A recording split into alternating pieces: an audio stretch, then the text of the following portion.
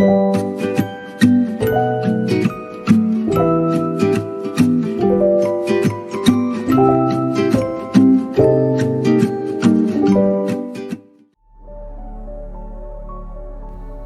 merupakan salah satu elemen yang sangat penting bagi penunjang kehidupan semua makhluk hidup.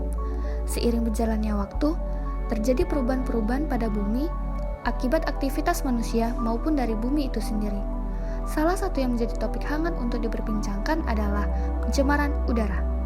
Lalu, apa sih pencemaran udara itu? Pencemaran udara merupakan salah satu kerusakan lingkungan berupa penurunan udara karena masuknya unsur-unsur berbahaya ke dalam udara.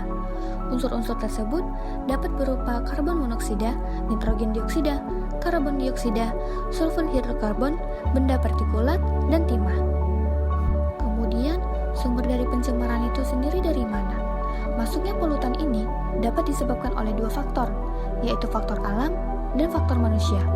Penyebab pencemaran udara dari faktor alam, contohnya adalah aktivitas gunung berapi yang mengeluarkan abu dan gas vulkanik, kebakaran hutan, dan kegiatan mikroorganisme. Polutan yang dihasilkan biasanya berupa asap, debu, dan gas.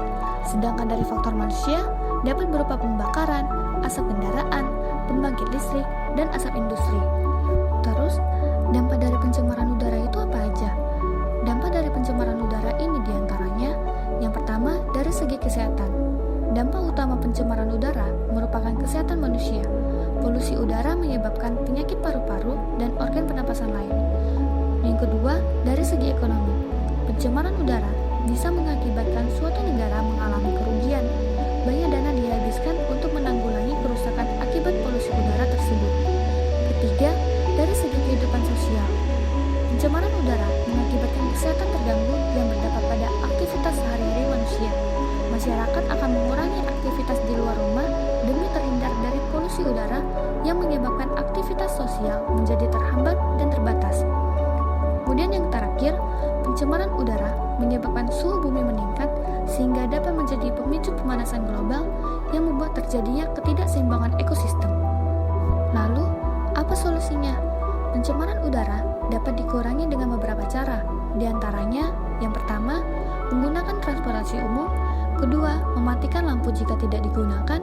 Ketiga, menghindari penggunaan kantong plastik. Keempat, hindari membakar sampah. Kemudian yang terakhir, menanam pohon. Seperti yang telah kita ketahui, bahwa pencemaran udara mengakibatkan banyak dampak negatif bagi planet bumi dan kehidupan di dalamnya. Sudah ada cukup banyak bencana yang berkaitan dengan hal ini dan menyebabkan berbagai permasalahan hingga kematian. Salah satunya kejadian kebakaran hutan di Kalimantan dan Sumatera pada tahun 1967 hingga 1968. Kebakaran hutan ini menjadi salah satu kebakaran hutan terbesar di dunia dan menyebabkan negara-negara tetangga juga merasakan dampaknya. Angin yang meniup kabut asap pergi ke Malaysia, Singapura, Brunei, Australia Utara, Vietnam, Filipina, dan Thailand. Setidaknya ada lebih dari 8 juta hektar lahan yang terbakar dan jutaan orang yang terpapar polusi udara. Kebakaran ini disebabkan oleh peladangan tebang bakar yang dilakukan oleh para petani di Indonesia karena cara ini menjadi paling murah dan paling mudah. Pencemaran udara adalah permasalahan yang harus segera diatasi karena bisa menyebabkan banyak masalah baik itu lingkungan hingga kesehatan manusia.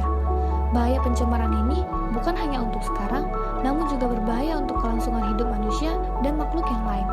Oleh karena itu, kita sebagai penghuni planet bumi ini sudah seharusnya ikut andil dalam penanganan masalah ini. Jika bukan kita, mau siapa lagi?